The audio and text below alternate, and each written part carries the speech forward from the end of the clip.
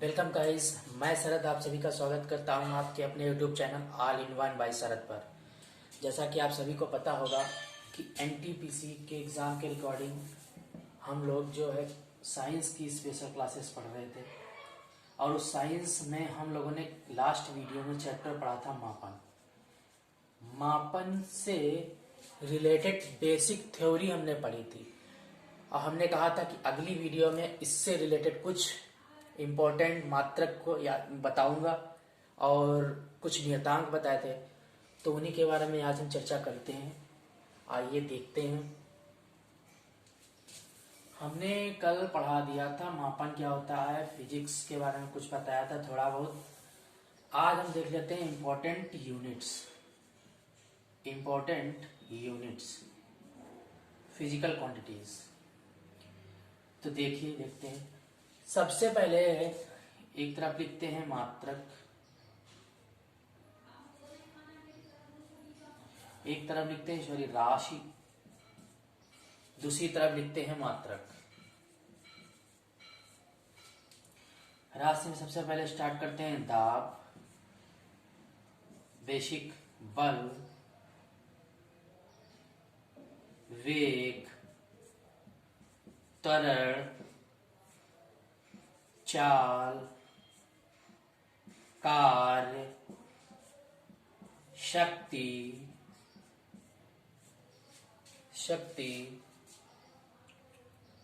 उसके बाद में शक्ति, फिर बहुत सारे मान लिया, हाँ, विद्युत धारा,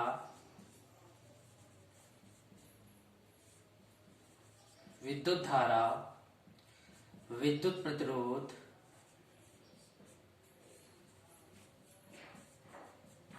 प्रतिरोध, कूलाम, आवेश,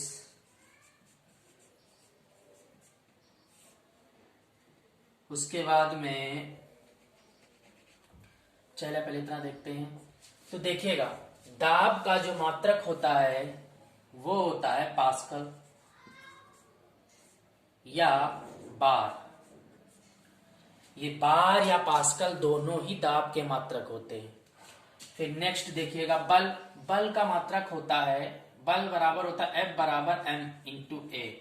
तो यहां से अगर देखा जाए तो m मतलब किलोग्राम इंटू मीटर बटे सेकंड स्क्वायर। तो जो इसका एक मात्रक बनेगा वो बनेगा kilogram into metre into second की पावर -2। दूसरा जो इसी को हम लोग बोलते हैं वो बोलते हैं न्यूटन। तो बल के जो है दो अगर इसी का अगर सीजीएस पद्धति में पूछता है तो इसी को हम बोलते हैं डाइन। जो बल का जो सीजीएस पद्धति में मात्रक ये होता है तुम्हारा सीजीएस, और ये दोनों हमारे चलते हैं एमकेएस पद्धति में। तो एमकेएस पद्धति में बल का मात्रक kilogram into metre into second की पावर -2 या न्यूटन, और सीजीएस पद्धति में बल का मात्रक डाइन होता है। फिर उसके बाद में वेग की बात करते हैं तो वेग का मीटर बटे सेकेंड। सेम त्वरण की बात करते हैं तो वेग परिवर्तन की दर होती है त्वरण, तो मीटर बटे सेकेंड की पावर 2, मीटर बटे सेकेंड स्क्वायर। यदि पेपर में कभी कभी इसी को जब मल्टीपल में लिख के देता है तो मीटर इंटू सेकेंड की पावर -2। तो इस चीज को याद रखिएगा, जब घात ऊपर जाती है तो माइनस की हो जाती है, अगर प्लस की होती है, अगर प्लस की होती है तो माइनस की हो जाती है, माइनस की होती है तो प्लस की हो जाती है। तो ये मीटर इंटू सेकेंड पावर -2 हो जाएगा। चाल या वेग बात एक ही, इनका मात्रक दोनों का सेम रहता है, मीटर बटे सेकेंड। कार्य की बात कर लेते हैं तो कार्य की जो यूनिट होती है वो जूल होती है, जूल। कार्य का जो मात्रक होता है वो जूल होता है, या इसी का एक और मात्रक हो सकता है, अगर बड़े बात करें तो किलोवाट घंटा।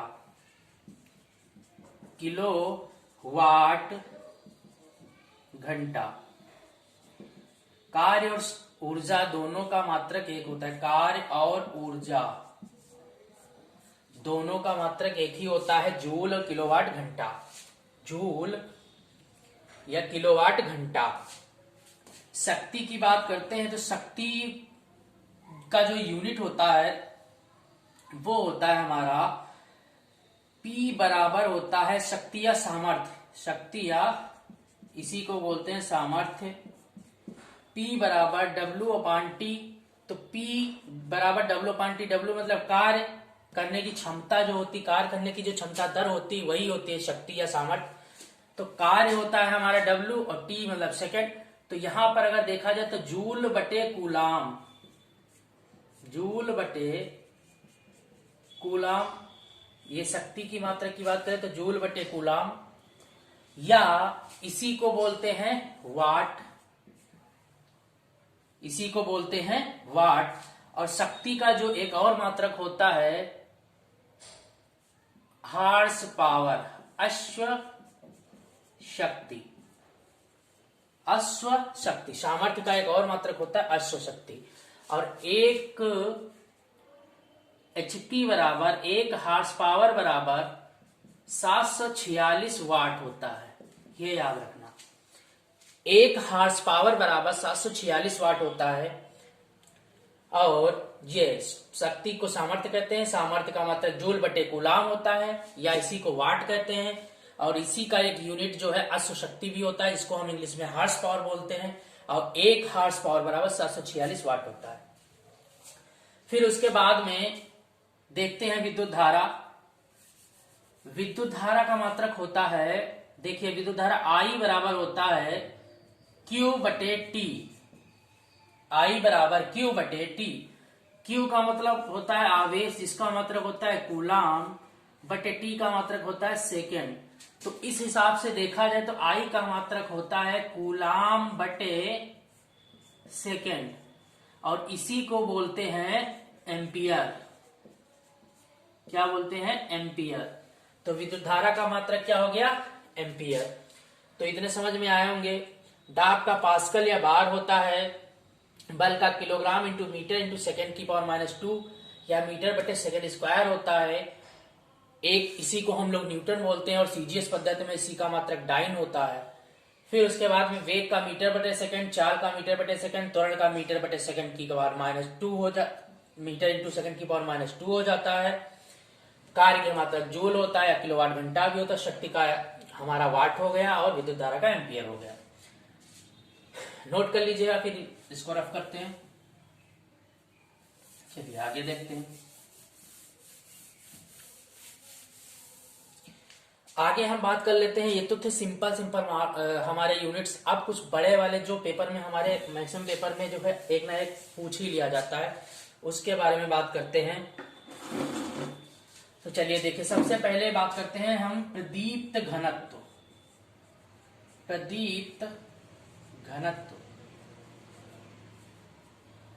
सेकंड नंबर पर हम बात करते हैं प्रदीप्त घनत्व के बाद में बात करते हैं चुंबकीय फ्लक्स। चुंबकीय फ्लक्स। उसके बाद में हम बात करते हैं आवेग। फिर बात कर लेते हैं संवेग। फिर उसके बाद में बात कर लेते हैं हम प्रदीप्त घनत्व हो गया, चुंबकीय फ्लक्स हो गया, आवेग हो गया। हाँ, फिर उसके बाद में हम बात कर लेते हैं जड़त्व आघूर्ण। जड़त्व आघूर्ण। फिर उसके बाद में हम बात कर लेते हैं संवेग हो गया, आवेग हो गया, चुंबकीय फ्लक्स हो गया, प्रदीप्त घनत्व हो गया, आवृत्ति।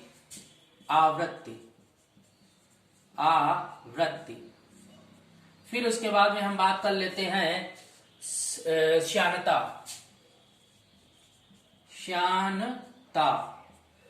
फिर उसके बाद में हम बात कर लेते हैं पृष्ठ तनाव।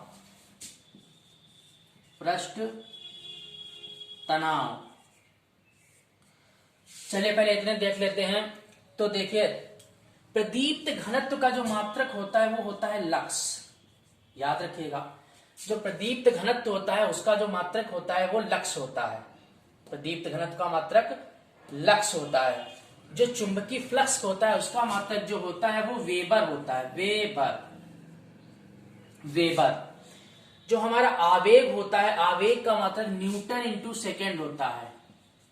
न्यूटन इंटू सेकेंड होता है, न्यूटन इंटू सेकेंड होता है। और जो हमारा संवेग होता है इसका मात्रक होता है किलोग्राम इंटू मीटर बटे सेकेंड, किलोग्राम इंटू मीटर बटे सेकेंड। फिर उसके बाद में हम जड़त्व आघूर्ण की बात करते हैं, तो जड़त्व आघूर्ण का मात्रक जो होता है हमारा, वो हमारा जड़त्व आघूर्ण का मात्रक, जड़त्व आघूर्ण पे पहुंचते हैं। सबसे देखिए पहले आवृत्ति का मात्रक, आवृत्ति का मात्रक सभी को पता होगा हर्ट्स होता है, हर्ट्स या हर्ट्स भी बोलते हैं, हर्ट्स, हर्ट्स आवृत्ति का मात्रक हर्ट्स होता है। पृष्ठ तनाव का मात्रक क्या होता है, न्यूटन बटे मीटर, न्यूटन बटे मीटर होता है, न्यूटन बटे मीटर होता है। श्यानता का मात्रक होता है न्यूटन इंटू सेकेंड बटे metre square, newton into second बटे मीटर स्क्वायर। फिर उसके बाद में जड़त्व आघूर्ण का जो मात्रक होता है kilogram into metre square, kilogram into metre square. इनको भी नोट कर लीजिएगा जरा, फिर आगे देखते हैं। ओके चलिए आगे बढ़ते हैं।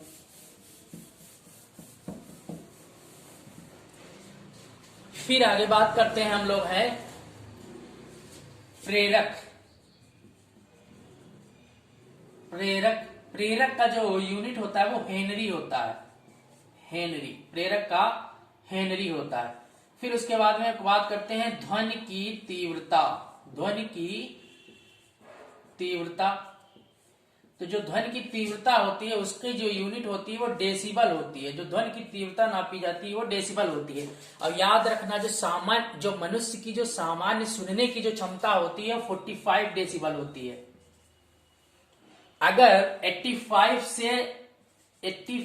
डेसिबल से अधिक ध्वनि मनुष्य को सुनाई पड़ती है तो वह बहरा हो जाता है। ये इतनी, इससे मोर देन 85 जो मनुष्य है वो बहरा हो जाता है।